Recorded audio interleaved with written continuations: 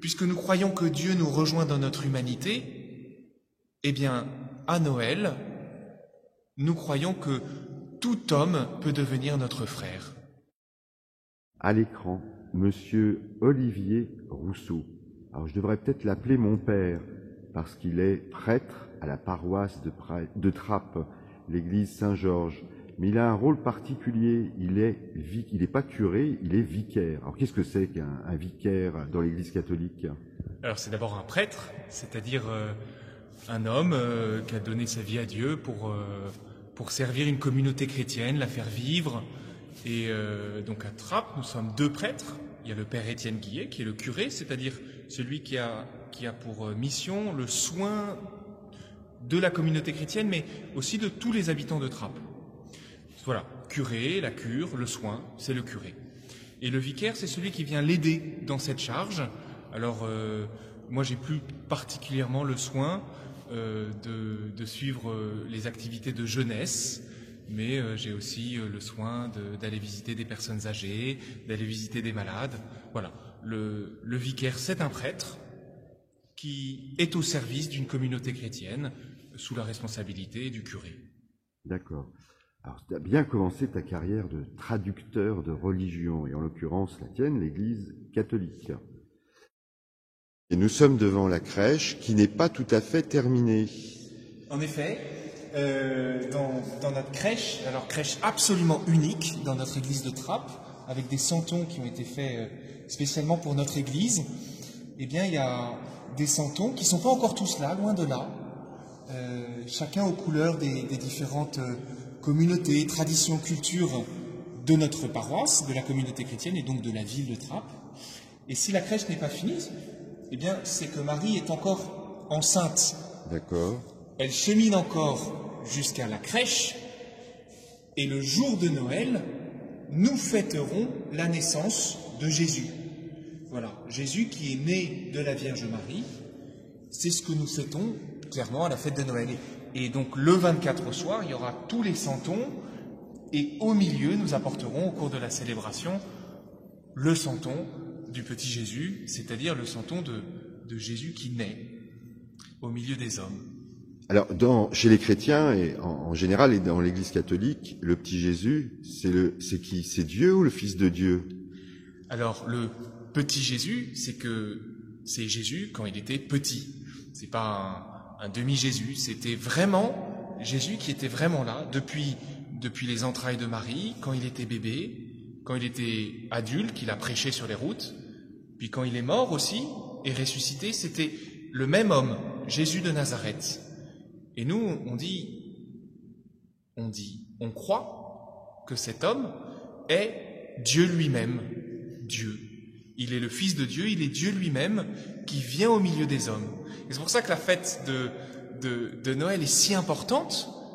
Et si importante, c'est qu'on fête Dieu qui vient à la rencontre de l'homme dans sa fragilité, dans sa simplicité. Voilà.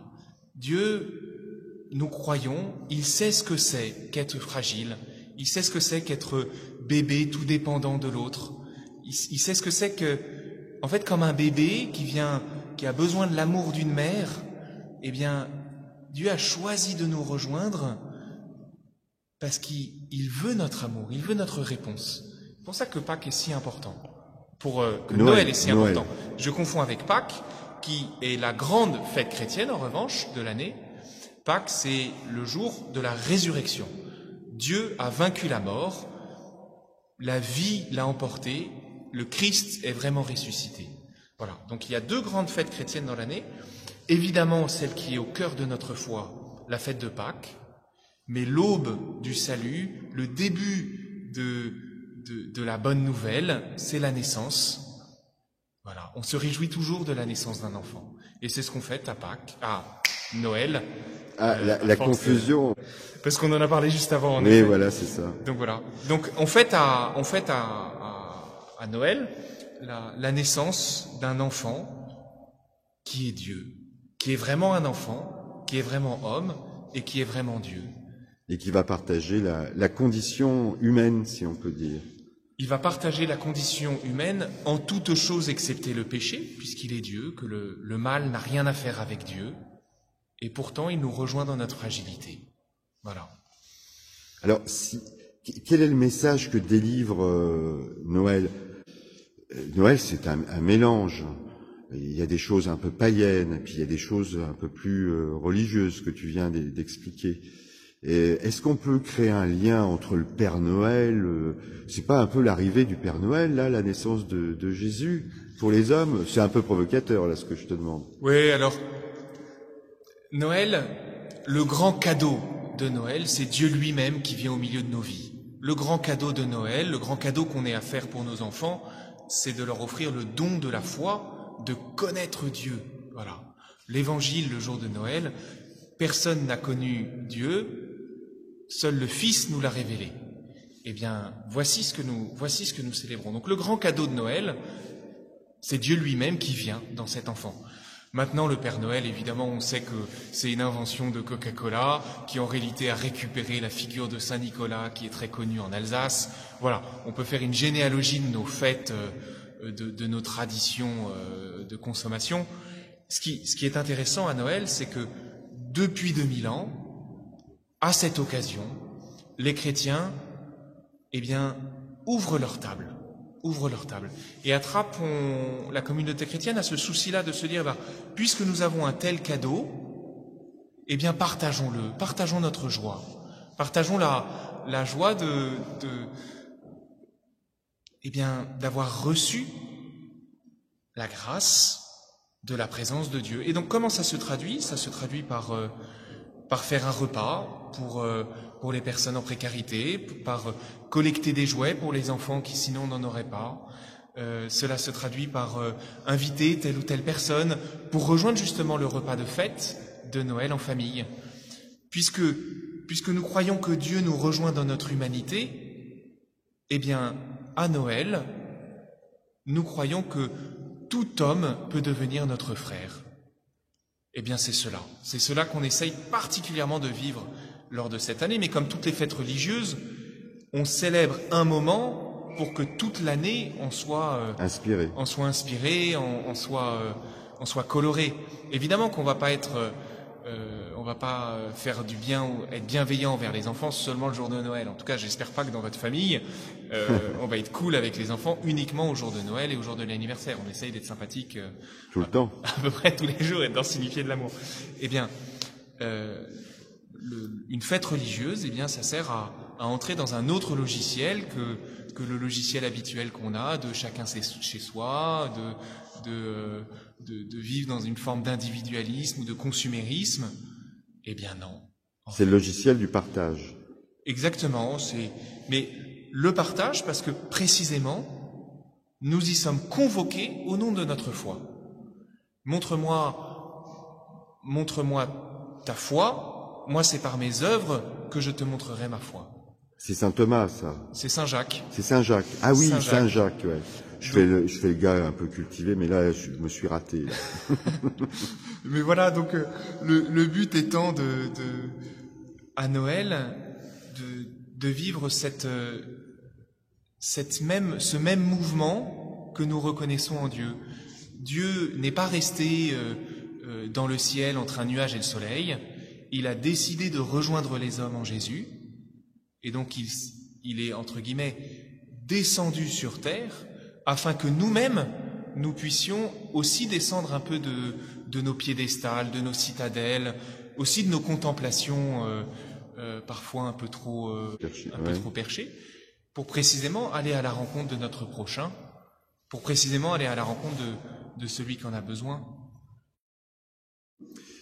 Pourquoi la messe à minuit? Parce que pour la messe de la Nativité, c'est à minuit. On parle aussi de messe de minuit. C'est lié au texte, c'est lié... c'est lié d'abord à ce qui s'est passé. C'était une nuit dans le ciel de Galilée, en l'an, on ne sait pas très bien, vers 0 de notre ère, d'ailleurs depuis le calendrier universel et par rapport à la date de la naissance de Jésus, à quelques années près, mais c'est cela. C'était une nuit, un enfant est né au milieu des pauvres, entre des bêtes, dans une étable, dans un patelin en marge de l'Empire romain en Palestine.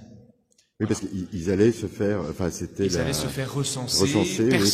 Personne n'a accueilli Joseph, personne n'a accueilli Marie, alors qu'elle en était à son 9e mois.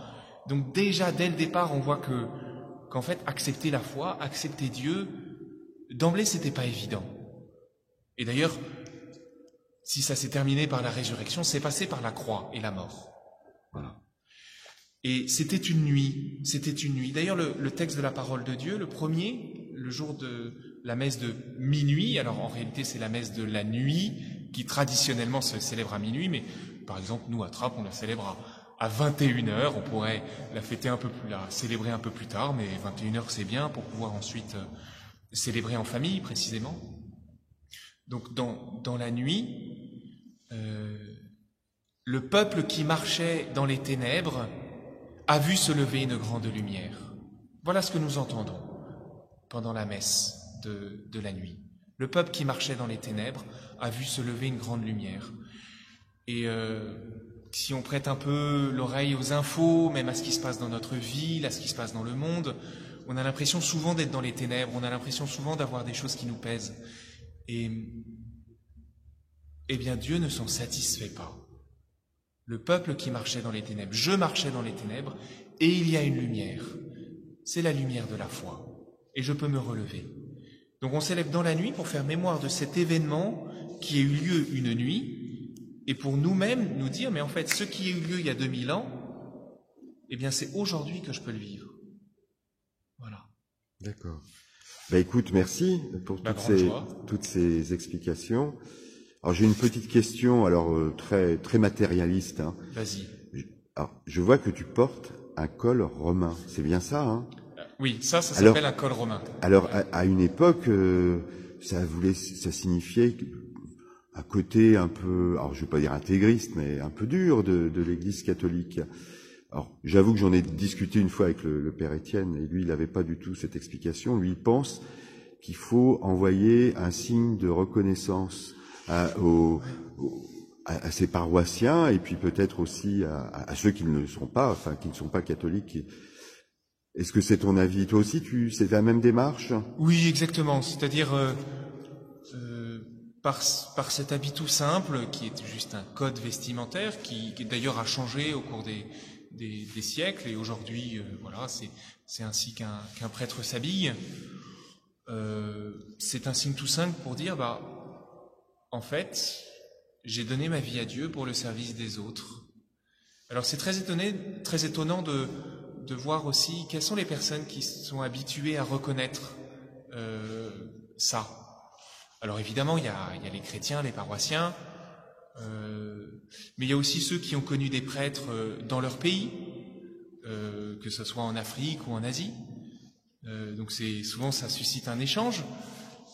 Et puis il y a aussi souvent les pauvres, ceux qui sont dans la précarité. Ils savent reconnaître aussi un homme de Dieu, et alors souvent ils s'adressent.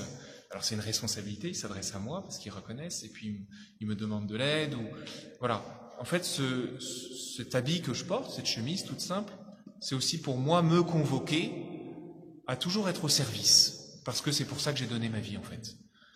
Donc c'est tout simple.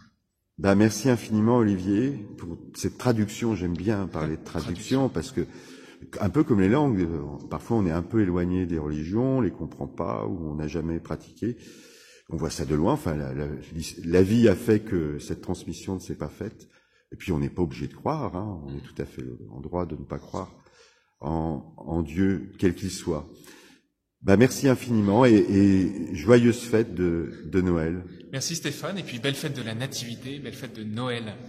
Merci. À bientôt.